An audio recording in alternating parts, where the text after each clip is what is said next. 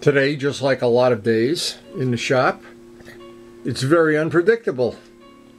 We have a lot of stuff we have to do today, but I'm going to have some little time gaps, and I'm trying to pick some smaller jobs that I can do. And I thought one of the things I could do is put the assembly parts on the tank and get that ready to put back on a motorcycle. Now, everybody knows what my goal really is in sending out a video every day. It takes me a lot of hours to do that, believe me. Try to do it. Just the editing alone takes time. And that's why I like to, at the end of every day, watch a couple of things that other people do on the internet. Without YouTube, I don't know what I would do. Probably have to buy more motorcycles. I really do enjoy all the people that share the information on YouTube. I say that over and over again. Thank you, each and every one of you. Looking at the Ninja project here, I'm really happy the way this came out. I say it on every video because years from now, when Steve's got this bike all put together and he's riding it around, we're going to look back at these freezing cold days. And boy, we have had some really freezing cold days here. Now, as you can imagine, it takes me a lot of hours every day to make these videos and send them out. And I hope all the people that enjoy having their coffee watching them and sitting in bed with their wife at night watching them or whatever. Or just, I hate to think where else somebody else could be watching these videos. Anyway, I do enjoy watching them myself. I enjoy making them, of course. And I enjoy watching all the stuff that's on YouTube. Thanks to all the people that contribute. So while I'm trying to plan out the day's work, the mandatory cup of coffee. And then the extra cup of coffee, and then the extra cup of coffee. I always call it senior citizen fuel. Now, I wanted to answer a question that Chuck Holtzapple, my lifelong good friend out in Pennsylvania, he has a pond, and he asked me, he said, what about the bubblers? Do they keep the hole in the ice? He lost all his fish a couple of years ago. And Chuck, I wanted to take a second, I know you're out there watching this video. See, every morning the ice encroaches back in, but that bubbler does keep a hole in the ice, and it does keep the fish alive all winter as long as you do what I do every morning and chop the ice. Chop the ice and move the battery tenders over. Now, my time is severely limited. I have babysitting every day, 4 to 6 hours of babysitting. I have this window that I work on motorcycles of about 4 hours a day, sometime less. Today will be less, of course. And then in the summer, I really like to go for a ride once in a while. And I never put my family on the back burner when it comes to segmenting out some time. So if there's something that I've left out of the video, hey, I really have to apologize.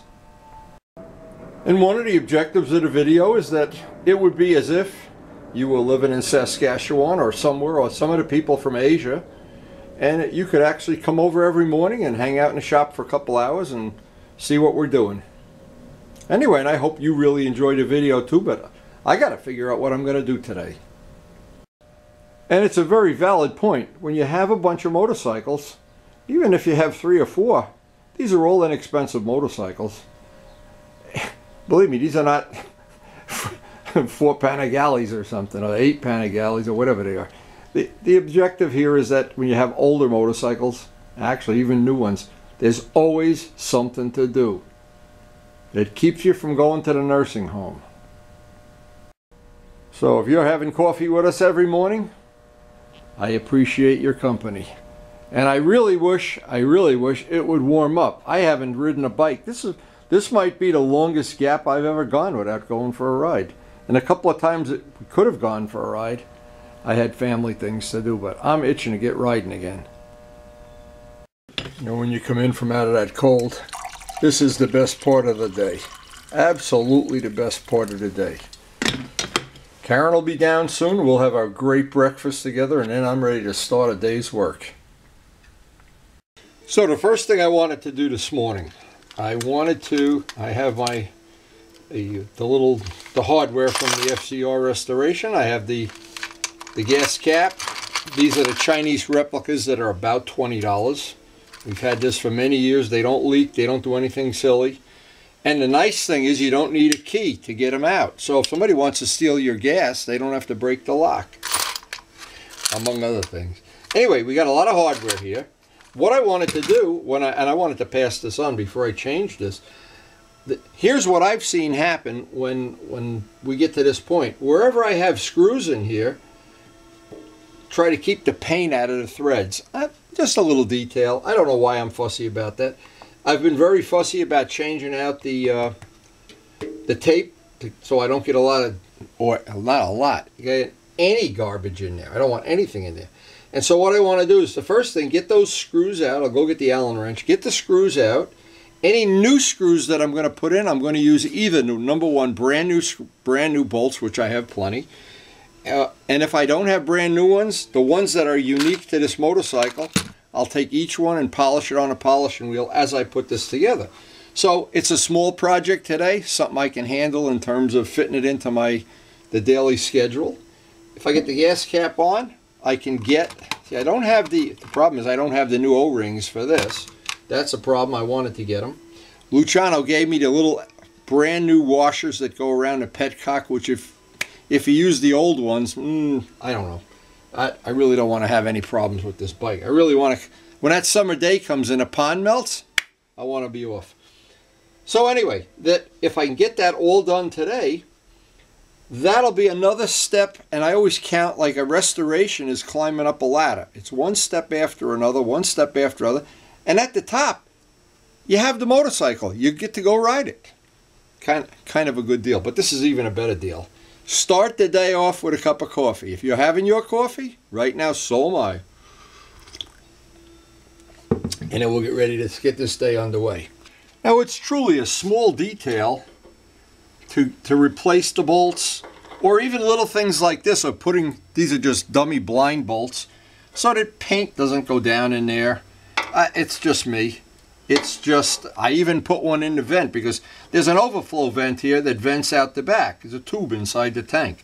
And if you were to get paint in here and somehow, I don't know how it would happen, it clogs up that vent, it could be a problem in the future. But having a bolt in there, there's nothing in there now. Now, Luciano found these gas caps when we originally got the bike many years ago. And I was skeptical. I was thinking, oh boy, you know, the ones that are not made in China were really expensive. A stock one is over $100. And I thought, well, I'll try it. You know, what the heck have I got to lose? Let me just say, okay. So these have worked really well. It's amazing how well they work. And like I said, the nice thing is you don't need to have a key.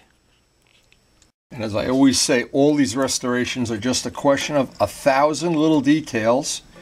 And the problem is whenever you skip steps or you skip something, there's always the time somewhere down the road where you say, oh, if I only did that, if I only did that. And I was very careful to keep this tank clean, because the tank is, in my estimation, if I had to replace this tank, not only finding one that wasn't rusted out, these are old. There's probably a lot of them around, and you probably can get one for a couple $100. But the problem is, you're going to get one that's rusty. You're going to have to seal it. Who knows if it leaks? Where this is the devil we know. We know this one doesn't leak. And I was real careful. I want to show this once I get so much tape on here. I just wanted to be sure I didn't leave this step out. What I'll do, in fact, here we go. I got to get a razor in here. Not having fingernails is really annoying. But anyway, I wanted to get the sealing surface of this. Once I get the rest of this tape out, I want to get the sealing surface of this has a rubber gasket. And I can see that it made a real nice contact, the original way it was on. So I want to make sure when I do put it back on, I get that original seal. I don't want to have a compromise on the seal. Now, speaking of a no-key gas cap, I want to pass on a little story. When Rob, my son-in-law, first started riding, he got that Ninja, the black Ninja that's in the garage, and he got his permit, he got his license, and the first day he rode alone, he went by himself, because I was his licensed driver for the whole time he had a permit. He went up to the local gas station, and I got a phone call. The key broke off. He wasn't familiar with using the gas cap key. So, so we really are in favor of a no key gas cap.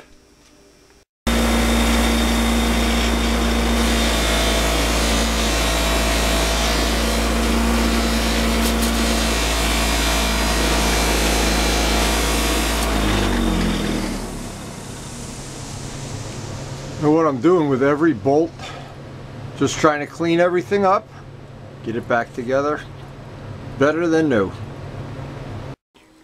Now my late friend, a very good friend, George Venturini, used to own an anodizing shop. Him and his brother were partners in a really big anodizing shop not far from my house. And he would, in the past, even back on my 76 Suzuki, he would anodize anything I brought over there for free. And he explained to me about anodizing many times, that certain parts don't anodize well and castings don't really anodize well. Certain grades of aluminum don't anodize well. And so whenever I would buy something that was anodized, I'd ask him for his opinion, and he would tell me if it was a good quality anodizing, what the quality of the aluminum was or whatever. And so when I bought, well, Luciano found these things, I thought, oh my God, these are going to fade out in a matter of, because the anodizing, when it's done right, it's the dye. Anodizing is clear. It's the dye they put on top that fades and goes away. So actually, these have held up pretty well. These are probably 4 or 5 years old. Now, I noticed another thing, because this has a rubber gasket in here. I wanted to share this. I can feel when this is seating right, and I can feel around the edge it's not sitting, because that seal there is kind of an important thing. So I guess it would be a good idea to just like you torque the head down of a motor, because if that's leaking, the gas is going to come out here, and oh my God, I'll be all over the radar detector or whatever.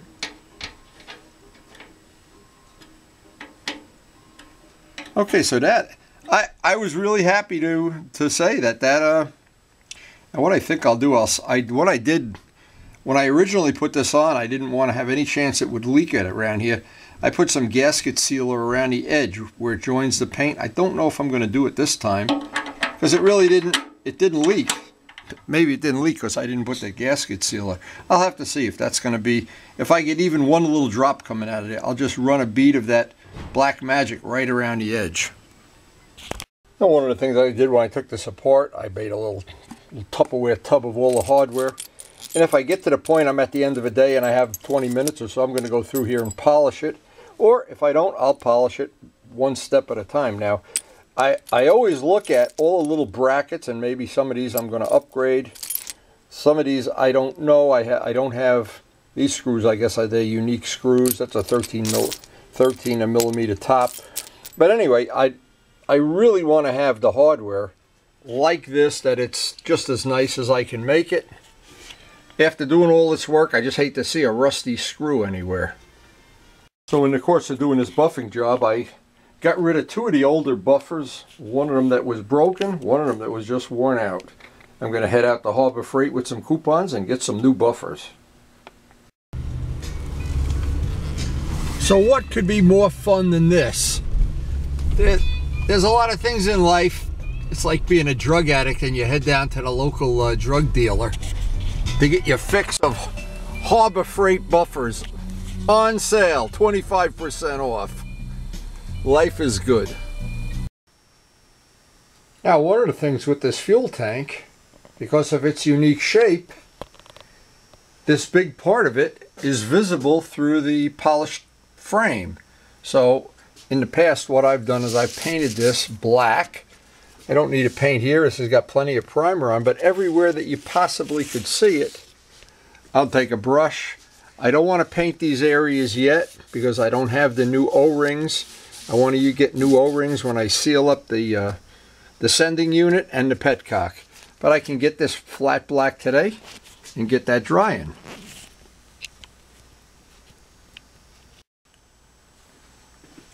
And this, of course, I don't need to spray it, but getting a good coat of paint on there, I just don't want to see it.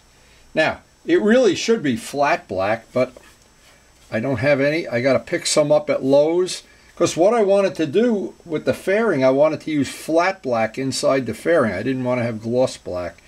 And I thought I had some, but thanks to my great inventory control, I don't have it. So anyway, I'll get this all painted. Another little step I can do today before my grandson gets here.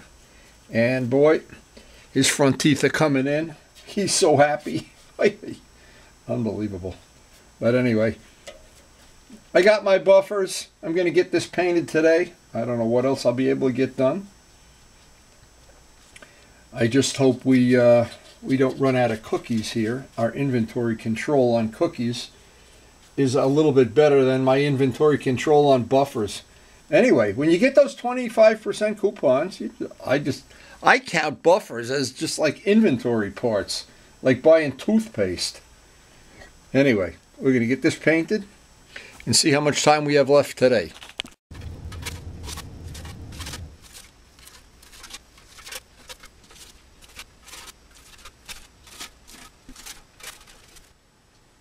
Now, I just thought I'd, a little bit of overkill, paint the whole thing. What the hell's the difference? Be a big spender. We have the paint left over from this job anyway. Nobody's ever going to see that except me, but I know you do see this part when you look through the frame. And just another little detail touch, but then everything on a restoration is a detail touch. Now, when we're done buffing these parts, these are going to get flat black. Because I don't want to have the glare coming up at me from inside the fairing. And what I was going to do is use the water-based paint on that.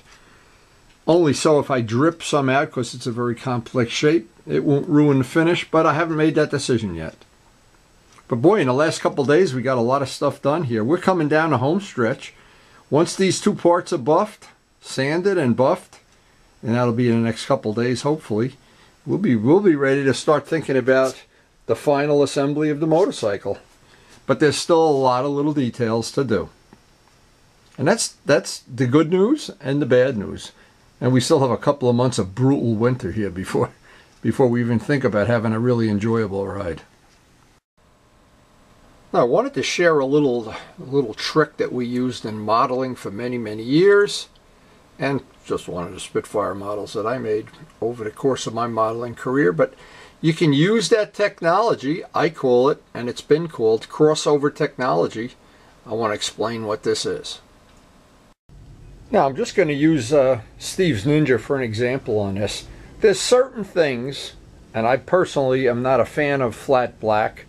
It just doesn't appeal to me. It's subjective, of course. Doesn't mean it wouldn't work for you, but I always like high gloss everything. I want my money to be high gloss. I want my telephone. Let's see if that's Steve. That wasn't Steve, but anyway, here's my whole point. I like glossy stuff, but there are times, and I can just think of a couple of things I would not want to make gloss. And one of them is inside the fairing. I'd like that to be flat. I'd like the dashboard of the motorcycle. In my case, I have a carbon fiber dashboard that I made, and I just left it dull. But so the exception to this is that there are some parts, the truth is there are some parts that flat black is appropriate for. So of course, choice one is you can always go out and buy. This is Eastwood paint. It's a 4-to-1 mix. It's made to dry flat black. I would guess what you would use this for is hot rod cars and things that you want. See, the idea of when you, let me make a little demonstration. When you have a part you want to disappear, you don't want to see it, you paint it flat black. Well, that can get extreme where you're painting the frame and the wheels and it gets out of hand. But when you paint something flat black, the advantage is it does not show mistakes.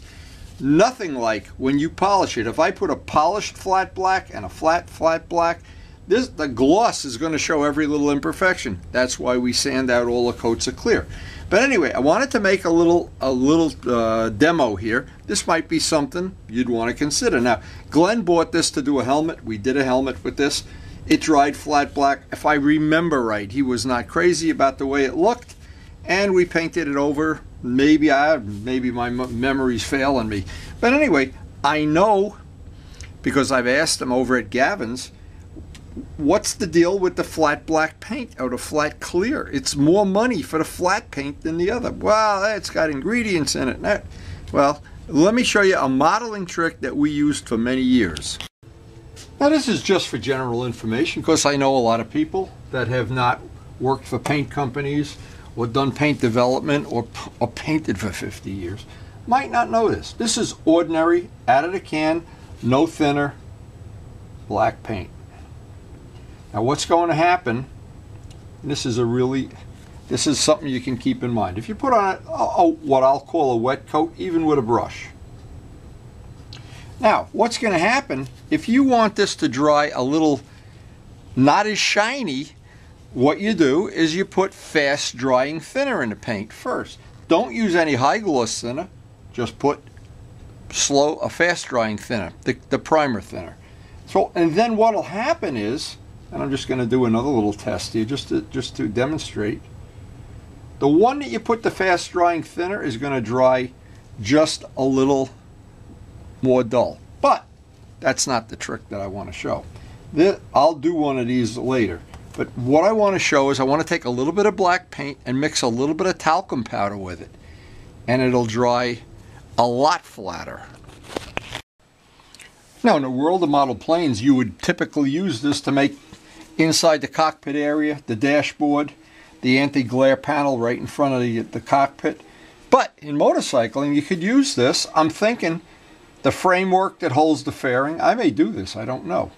I wouldn't want to do it on a high visibility area, but you can do it one of two ways. You can mix a little bit of talcum powder in, and this is just ordinary Johnson's baby powder. You don't need a lot, trust me. And what's going to happen with this, and you want to mix it in, of course. And you could make it even more dull if you were looking to make like a hot rod look, or you want it to look like flat black, I guess is the right word. Now, I can picture some uses. The dashboard around the instruments would be one. Or some areas that if you're doing a cafe racer and you just don't want to see a bracket, or you want some part of the bike to disappear, flat black's a good way to make it disappear. And you will see as that dries, this is going to dry. I'll go have a cup of coffee. In a few minutes when that dries, you're going to see one is a lot shinier than the other one. And I mean a lot, and not just a little bit. So this just goes to show you, and it's just a simple thing here, that's got a little bit of talcum powder in it. These two are just ordinary paint with no thinner, but if I were to take one of these and I go put a little bit of fast drying thinner is what I use to clean the gun with, or acetone. The fast drying thinner is going to make it dry a little bit more dull. Slow drying thinner, high gloss thinner, it's called high gloss thinner, is going to make that dry a lot shinier. But if you're going to put clear over it, now here's the thing, if we put clear over all three of these, this may look a little more gray. So in essence, you've got a lot of choices here if you're looking to make some kind of custom look on a cafe racer or whatever. It's just a good little piece of information you may be able to use. Now in my shop, I always have gallons of this stuff. But for some people that may not know, in other words, we're trying to share information. You want to clean your paint gun, even if you're using two-part. I like to use acetone, and that works for me. The second choice is high penetrating thinner. This is normally called high gloss thinner. It's way more expensive than mid-temp or the quick drying thinner. Sometimes it's even as much as twice the price, no matter what brand you buy. This is going to dry slower, penetrate deeper into the previous coat of paint, and dry with more of a gloss. Now, mid-temp thinner, again, for my shop conditions, sometimes this works, sometimes I got to experiment. And then you always have fast drying thinner. This is always the cheapest thinner. The cheapest thinner is going to dry the flattest. If you were to mix, especially under certain conditions, high humidity conditions, for instance. When it dries real quick, sometimes you trap moisture and it looks foggy. Then I have what I call gun cleaner thinner. This is just for cleaning guns or soaking parts or whatever. It's when I go to a Gavin's and they have these real inexpensive thinner. This is usually sometimes about $15 a gallon. And then good old-fashioned lacquer thinner, which you can use to clean stuff. And then usually you have the most expensive thing, the urethane. I don't even have the top on that. And you notice one thing, all these cans are rusty and they're beat up and everything. Well, there's a reason. I'm working out of a cellar where it's very, very high humidity all the time. So basically everything gets rusty. But anyway, that information about thinner is good information. And that will serve you well when you want to fine-tune the gloss on your paint. And it's always good to do a couple experiments before you actually do paint a part. I think I showed some of this on a previous video. Everything I paint, I save the overage, the extra paint, and I write what it's for. Ray's Honda. This one has too much silver pigment. Mark's airbrush, the Benelli with slow thinner. I always have Tim's RG. I always have samples of stuff. Now, I've known a lot of people that they paint a motorcycle, and when they're done, they don't have any extra paint. Then a year later, you want to do a little touch-up, or you want to whatever. And you don't have any paint. So I always try to wind up at the end of a job that I have a little bit of paint, if for no other reason that I can match it. And what's always a good idea, and Steve does this too, is just take a picture with your phone with a, and I assume everybody out there has a modern phone. You can just take a picture and leave it in storage. I don't. I have a flip phone, just for reference. I'm not connected to the internet the way modern people are. I spend my time painting, so this is the information you need to make a match if we need to match that paint. That's good information too. And one of the best little tips, I was using 5-star, and I tried this. Actually, I tried it on my own project here on the FZR. This really worked well for me under my shop conditions. The fast hardener, 5186, 5172. That clear has proven to be so easy to use, so easy to sand, and so easy to buff. And the only tip I have is let it cure for a week before you even try to sand it. Even though they say you can do it in 10 hours or something, they're lying. Not under my conditions, you can't. So I hope some of that information was useful, is useful. Hope you're doing a project that you can enjoy using this information, putting it to good use. And of course, hope you enjoyed the video, enjoyed having coffee with me this morning, running the Harbor Freight. And actually what we're not really sharing a restoration, we're sharing each other's lives. So thanks for watching.